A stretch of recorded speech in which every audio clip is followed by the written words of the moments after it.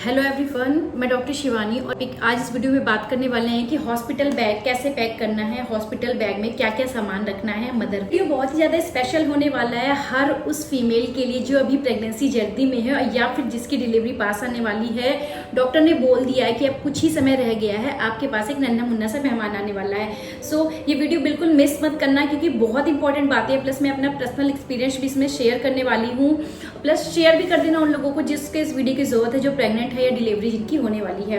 तो शुरू करते हैं। इस वीडियो में हम क्या क्या जानने वाले हैं। इस वीडियो में हमें पता चलेगा कि हमें हॉस्पिटल बैग कैसे पैक करना है, उसमें हमें क्या क्या सामान रखना है, हॉस्पिटल बैग प्रेगनेंसी के कौन से महीने या सप्ताह से पैक करना शुरू करना चाहिए, कौन सी ऐसी चीज़ें हैं जिसको अवॉइड करना चाहिए, नहीं रखना चाहिए, और कौन सी ऐसी एसेंशियल चीज़ है जिसको ज़रूर ही रखना चाहिए जिससे कि जो आपकी डिलीवरी का टाइम है वो बहुत ही आसान हो सके और आपको हर चीज़ ईजिली मिल जाए। आपकी बैग की पैकिंग तो मैं करा रही हूँ, बट मुझे भी जानना है कि आपकी प्रेगनेंसी का कौन सा वीक चल रहा है और आपने हॉस्पिटल बैग अभी तक पैक किया है या नहीं किया है। तो चलो शुरुआत करते हैं। सबसे पहले हमें हॉस्पिटल बैग कब पैक करना चाहिए। महीनों में बात करें तो 7 महीना कंप्लीट होने के बाद 8वां महीना शुरू होता है तो आपको हॉस्पिटल बैग पैक करना शुरू कर देना चाहिए।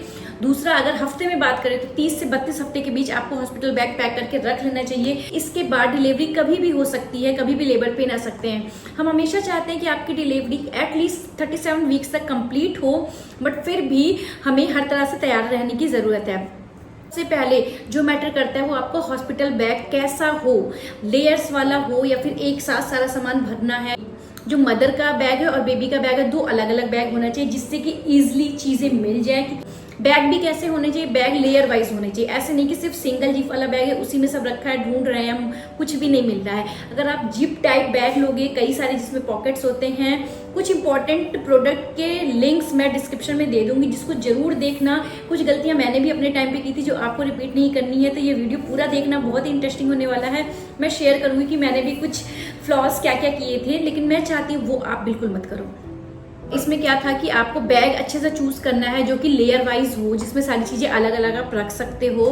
मदर बैग में सबसे ज्यादा एसेंशियल चीजें वो है आपके सारे डॉक्यूमेंट्स, जैसे कि जो भी फाइल है, ब्लड टेस्ट है, अल्ट्रासाउंड है, अगर आप इंश्योरेंस क्लेम करने वाले तो इंश्योरेंस के सारे पेपर्स, अपनी एक valid ID proof, voter ID, pan card या फिर आधार कार्ड, और अपने हस्बैंड का भी वैलिड आईडी प्रूफ रखना है क्योंकि दोनों की जरूरत होती है। मदर के ड्रेसेस, एक बहुत अच्छा सा सुंदर सा कंफर्टेबल ड्रेस आपको रखना है जब आप डिलीवरी के बाद घर आओगे ना और बेबी वेलकम होता है या फिर आपके रिलेटिव्स होते हैं, घर पे गेस्ट आए हुए होते हैं जो कि आपको वेलकम करेंगे, तो एक अच्छा सा कॉटन का ड्रेस आपके पास होना चाहिए जिसपे प्रॉपर जिप हो या फिर बटन हो या फिर हाफ स्प्लिट में हो, जिससे आप ब्रेस्ट फीड आराम से करा सको। इस चीज का ध्यान रखना है। दूसरी चीजें, आपको अगर 3-4 दिन हॉस्पिटल रहना है तो उसके लिए या मैक्सी ड्रेसेस हो, स्कर्ट्स हो, वो सारी चीजें रखनी है जो कि कंफर्टेबल रहेंगी आपकी डिलीवरी के बाद या डिलीवरी के टाइम भी आपको पहनने में। कुछ स्कार्फ या चुन्नी रख सकते हो जो कि हेड कवर करने में, डिलीवरी के बाद भी आपको हेड कवर करने में, और जब आप अपने घर आओगे उसमें भी आपको हेड कवर करने की जरूरत पड़ती है, तो आप कॉटन का कोई स्कार्फ या चुन्नी वगैरह रख सकते हो। तो अपने 2-3 पेयर सॉक्स रखने हैं और आपको अंडरगारमेंट्स रखने हैं। उसमें कुछ पैंटीज रखनी है जो कि आप वी लाइन के लेना, जो कि अगर स्टिचेस भी लगते हैं, आपके सी सेक्शन होते हैं तो उसमें दिक्कत नहीं होती है। सेकंड, कुछ डिस्पोजेबल पैंटीज होती हैं जो कि मैंने अपने टाइम पे रखा था बट मैंने बिल्कुल भी यूज़ नहीं किया था। अगर आपका मन है तो आप रख लेना। आई डोंट थिंक बहुत ज़्यादा यूजफुल होता है क्योंकि वहाँ हॉस्पिटल में आपको पैड्स ही मिलते हैं, क्योंकि उन्हें ये भी देखना होता है कि ब्लड कितना जा रहा है, तो वो पैड नंबर ऑफ पैड के हिसाब से ही काउंट करते हैं। आपको अपने अंडरगारमेंट्स रखने हैं जिसमें बहुत इंपॉर्टेंट है नर्सिंग ब्रा, जो कि बेबी को फीड कराने में बहुत इजी रहता है, आपको भी उससे काफी सपोर्ट मिलता है। दूसरा है पैंटी जो कि वी लाइन होनी चाहिए। कम 3 से 4 पीस जरूर रखना जो कि आप फ्रिक्वेंटली चेंज कर सको, जिससे आपका हाइजीन भी मेंटेन हो सके। वी लाइन पैंटी लेना जो कि टॉपों पर नहीं आते हैं और सी सेक्शन वाली मदर्स में काफी रिलीफ मिलता है। वाइप्स रखने हैं जो कि आपको अगर आप उठ नहीं सकते हो तो आप वाइप से अपना फेस वगैरह क्लीन कर सकते हो। स्पॉन्जिंग के लिए वो आते हैं, बट फिर भी आपको अपने हैंड क्लीन करना है या फेस क्लीन करना है, लिप्स ड्राई होते हैं वहाँ पे, उसके लिए आपको वाटर बेस्ड वाइप्स जरूर यूज़ करना चाहिए। आपको अपना एक टॉयलेटरी बैग भी पैक करना है जिसमें ब्रश हुआ, पेस्ट हुआ, आपका टंग क्लीनर हुआ, face wash and lip balm, hair comb, moisturiser, ये सारी चीज़ें रखनी है। पर्सनल एक्सपीरियंस के साथ शेयर कर रही हूँ कि लिप बाम इज मस्ट।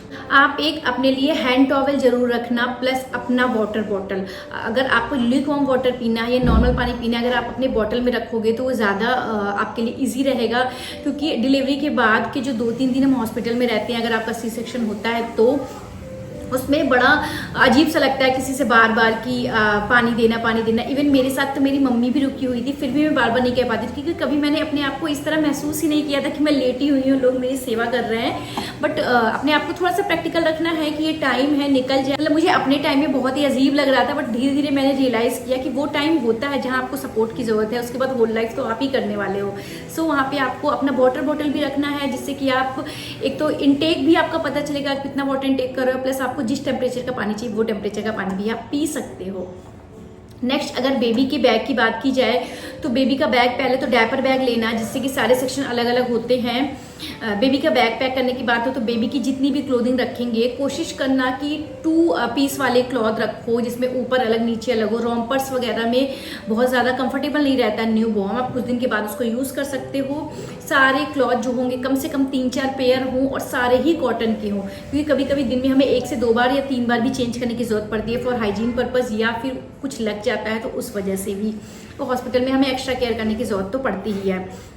उसके कॉटन की लंगोट्स रखना नहीं भूलना है, कॉटन की अंदर बनियान जो होती है वो रखना नहीं भूलना है, प्लस उसके 3-4 पेयर सॉक्स जैसे आपने अपने रखे थे बेबी के भी रखने हैं। बेबी का कैप बहुत ज़रूरी है, किसी भी वेदर में हो कॉटन कैप पहले लगाएंगे, अगर विंटर है उसके बाद हम वूलन डालेंगे। मतलब फर्स्ट क्लॉथ जो कॉन्टेक्ट में आता है बेबी के वो हमेशा कॉटन का होना चाहिए। स्वेडल टॉवल मतलब जिसमें आप लोगे बेबी को, या कॉटन ब्लैंकेट्स जो आते हैं उनको भी रखना है, जिससे आप बेबी को जिसमें होल्ड करते हो। तो पहला कांटेक्ट में हमेशा कहती हूँ कि अगर वो भी है विंटर भी है तो भी आप कॉटन पहना के तभी पहनाओ, वो बेबी को कंफर्टेबल रहे। स्मॉल हैंकी या फिर बर्ब क्लॉथ्स भी ले सकते हैं, क्योंकि हर बार जितनी बार भी आप फीड कराओगे उसको बर्ब कराने की जरूरत पड़ती है। नेक्स्ट है कि आपको कटोरी चम्मच एक रखना है बेबी को फीड कराने के लिए। शुरुआत के दिनों में कभी कभी तुरंत मदर फीड नहीं मिल पाता है। दूसरा, आपको एक फीडिंग बॉटल रखना है। दोनों में आपके यहाँ जो भी रिकमेंड किया जाएगा, आपके डॉक्टर आपको जो भी रिकमेंड करेंगे उसका आप यूज कर सकते हो। बेबी के लिए डायपर लेना नहीं भूलें, और सबसे ज्यादा जरूरी है new born size baby diaper आता है, आपको स्मॉल लेके नहीं जाना है, वो लीक करेगा और बेबी को अनइजी भी रहेगा। बहुत ही सॉफ्ट वाले डायपर आते हैं जो मैंने अपने टाइम में यूज किया था, मैं आपको टैग कर दूंगी, लिंक डिस्क्रिप्शन में, आप वहां से देख लेना। मेरा ये मानना है कि ठीक है थोड़ी देर बाद डायपर को निकाल के थ्रो करते हैं, बट वो हमेशा ही सॉफ्ट होना चाहिए, जो कि मैंने अपने टाइम पे यूज किया, मैं चाहती हूँ आप भी वही यूज करो। और बेबी के सॉफ्ट टॉवल होने चाहिए, जो कि जब आप नर्सिंग के लिए बेबी को डेली भेजोगे ना 2-3 दिन, तो वो मांगते हैं उनके क्लॉथ दे दो, उसका टॉवल दे दो, सारी चीज़ें मांगते हैं। प्लस बेबी के किट में आप मॉइस्चराइजिंग लोशन, फेस क्रीम और कोम्ब अगर आप चाहे तो वुडन कोम्ब रख सकते हो, जो कि बेबी के लिए काम आता है। आपको बेबी के जो वाइप्स यूज करने हैं वो भी वाटर बेस्ड ही यूज करना है, बहुत ही सेंटेड और बहुत ही परफ्यूम्ड वाइप्स नहीं यूज करना, क्योंकि बेबी अभी बाहर आया, अभी चीज़ों में अवेयर नहीं है, तो उसको नॉर्मल स्मेल वाले जो वाइप्स होते हैं वही उसको देना है। और अगर आप बैग पहले से पैक किए रहोगे तो आप इन चीज़ों की लिस्ट बना लोगे ये वीडियो देखने के बाद, जिसको कि आप बाद में चेक भी कर सकते हो कि क्या क्या चीज़ें आपने रख ली है और क्या क्या चीज़ें आपने नहीं रखी है। सो टाइम से बैग पैक करो। जिसको आपको हॉस्पिटल या जिसको डिलीवरी के बाद आपके साथ रहना है, आपकी मदर है, आपके सिस्टर इन लॉ है, आपकी सिस्टर है, आपकी कोई खास फ्रेंड है, उन सबको पहले से अवेयर करना है।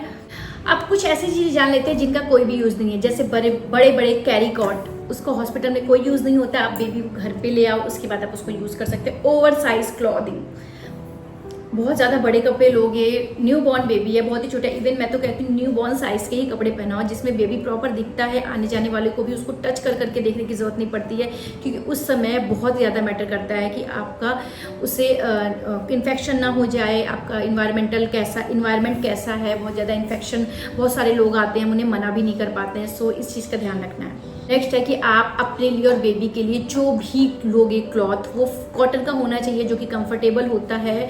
बहुत सारे फैंसी क्लॉथिंग दिखते रहते हैं, वो बटन्स वाले, मोती वाले, बट वो सब आप और बेबी दोनों के लिए ही अनकंफर्ट रहता है, तो वो यूज़ नहीं करना है। जो पीरियड पैंटीज होती है उसका मैंने यूज़ नहीं किया था, मुझे नहीं लगता वो बहुत ही ज़्यादा सही है, तो उसको आप रख भी सकते हो, नहीं भी रख सकते हो। तीसरी चीज़ें आपको अवॉइड करनी है कि बहुत ज़्यादा सामान भर के नहीं ले जाना है, अदरवाइज कुछ भी नहीं मिलता। वहाँ पे जाके लगता है कि अरे यार ये नहीं लाए, ये नहीं लाए, बैग 3-4 हैं लेकिन कुछ नहीं पता होता किसमें क्या रखा है।